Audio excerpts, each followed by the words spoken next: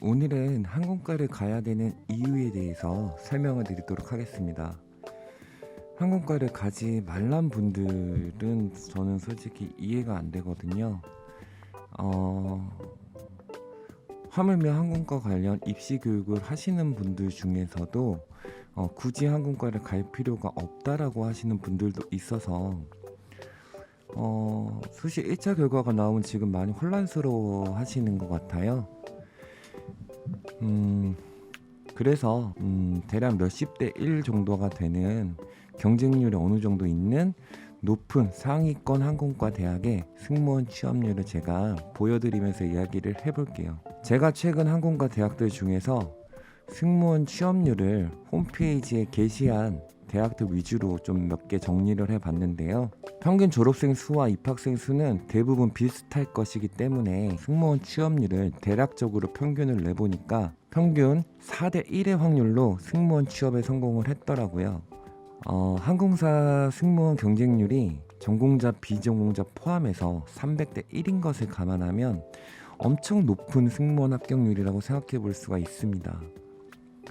교통대 같은 경우는 2018년에 20명대 초반 졸업생과 신입생일 것으로 예상이 되는데 무려 20명이 합격을 했어요. 거의 전원 합격했다고 볼 수 있을 것 같습니다. 아무래도 좀 학교의 무슨 관리 시스템이 조금 더 차별화가 되어 있는 것인지 결과가 되게 좋더라고요. 30대 1 또는 그 이하의 경쟁률을 뚫고 항공과에 입학한 후에 300대 1의 항공사 승무원 경쟁률에서 합격할 수 있다면 사실 이것만으로도 충분히 항공과를 가야 하는 이유는 답변이 될 것이라고 생각을 해요. 하지만 여러분들 도대체 어떻게 왜 이런 결과가 나오는지에 대해서도 궁금해 하시잖아요. 그래서 제가 그 이유를 설명을 해드릴게요. 첫째, 항공과 면접은 항공사 승무원 면접의 예비심사와도 같은 것이라고 볼 수 있기 때문입니다. 항공과 면접평가의 가장 중요한 요소는 수험생 기준으로 봤을 때 승무원의 자질을 얼마나 갖추었는가, 이게 핵심이에요. 이것은 경쟁률이 높은 항공과에 합격할수록 더 보장이 되겠죠.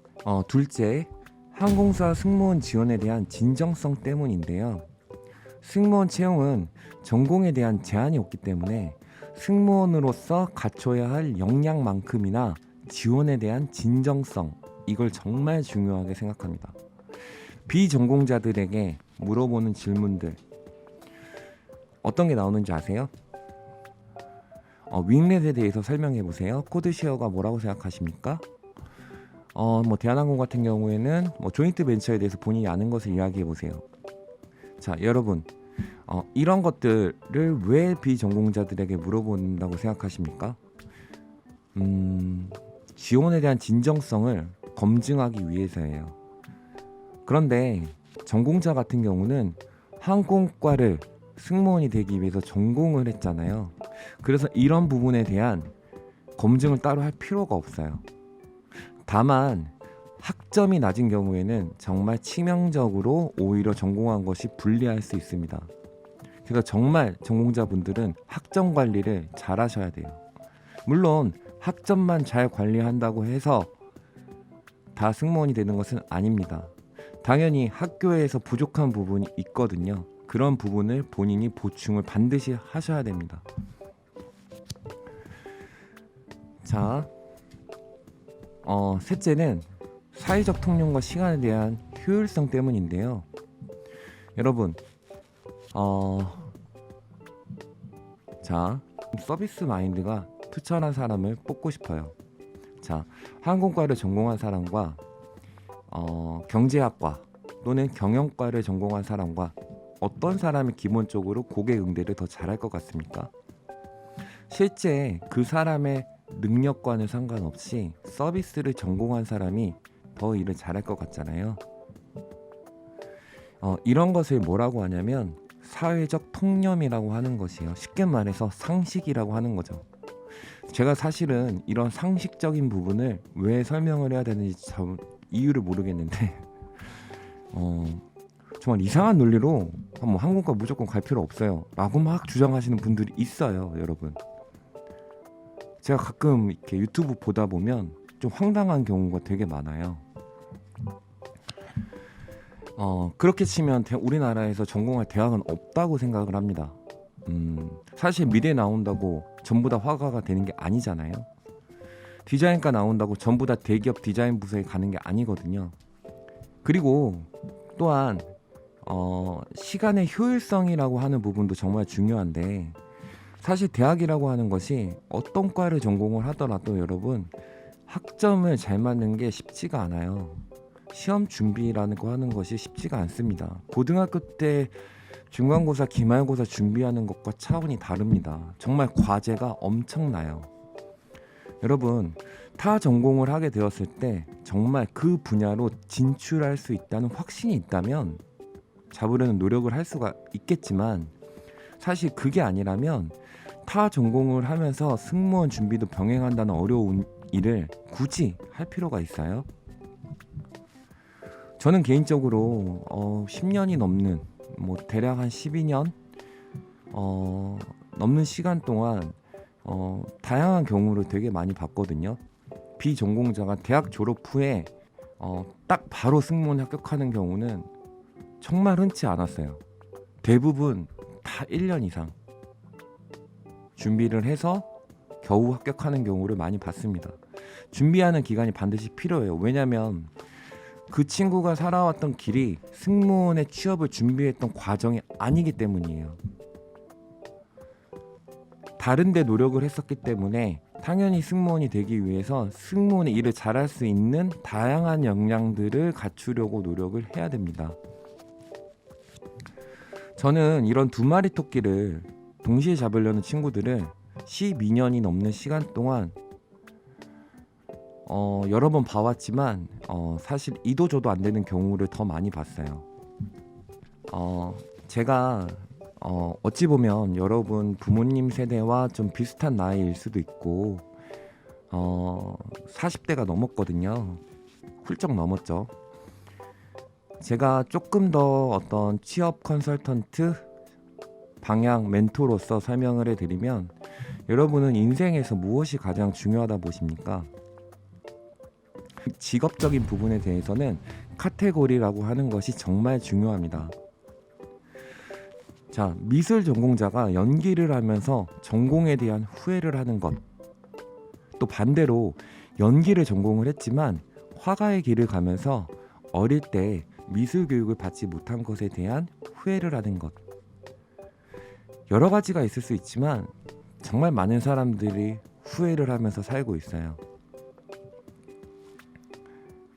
인생에서 성공하기 위해서 가장 중요한 것은 처음에 자신이 선택한 분야를 벗어나지 않고 꾸준히 해나가는 것입니다.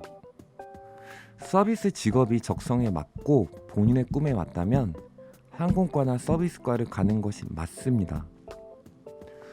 본인의 전공에 대한 자부심을 가지고 그 길에 전문가가 되려고 노력하는 것이 맞습니다. 정말 상식적인 이야기예요.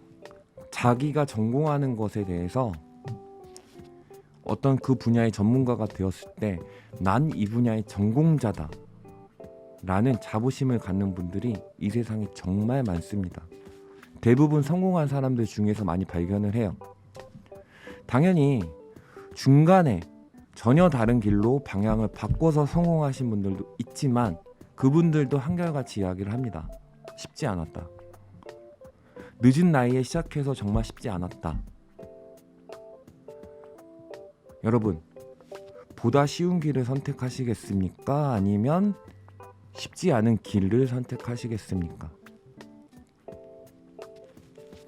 제가 오늘 항공과를 가야 하는 이유를 설명을 드렸는데요. 당연히 오늘 이야기는 적어도 승무원 또는 서비스 직업에 대한 목표가 90% 이상 마음에서 확정이신 분들을 위한 내용이었습니다. 이제 조금 있으면 날씨가 좀 추워질 것 같아요. 그쵸? 하지만 대학 면접평가는 상대평가이기 때문에 수시 1차에서 떨어졌다고 해서 굳이 낙심하실 필요는 없습니다. 쌤은 그동안 수도 없이 수시 1차 결과와 상관없이 수시 2차에 좋은 결과를 많이 받는 친구들을 보았고요. 사실 수시 1차 결과 발표와 2차 결과 발표는 약간 한 달 정도밖에 간격이 없어요. 또 금방 한 달은 지나가고 또 합격자 발표는 시작합니다.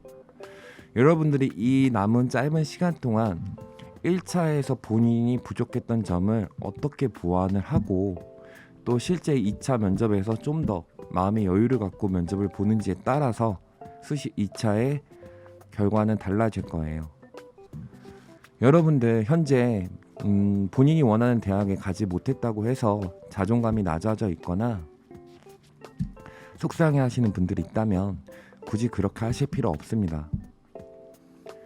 그리고 지금 항공과를 본인이 원하는 항공과를 충분히 합격했다고 생각하시는 분들은 항공과를 합격한 것이 전부가 아닙니다. 제가 여러분들에게 가장 중요하게 생각을 하는 것은 항공과를 전공한 유리한 그런 고지를 승무원이 될 때까지 계속 유지를 하시라는 거예요. 자, 그러기 위해서는 지금 운동을 시작할 수도 있고 또는 영어 공부를 시작할 수도 있겠죠. 자, 지금 현재 본인의 위치에서 최선을 다하는 것이 정말 중요합니다. 제가 오늘 준비한 내용은 이 정도고요. 수시 1차와 2차에 또한 정시 때 어디를 지원을 해야 되나, 어떻게 지원을 해야 되나 이런 부분에 대해서 되게 고민이 많으시더라고요. 그래서 다음 영상에서는 수시 1차, 2차 합격 전략 또는 입시 전략에 가장 우선시 되는 중요한 것에 대해서 설명을 드릴게요. 승무원 백과사전 K쌤이었고요. 여러분에게 앞으로 좀 더 좋은 멘토링을 해드릴 수 있도록 노력하겠습니다. 좋아요와 구독은 필수신 거 아시죠? 여러분 끝까지 화이팅 하세요. 제가 응원하겠습니다.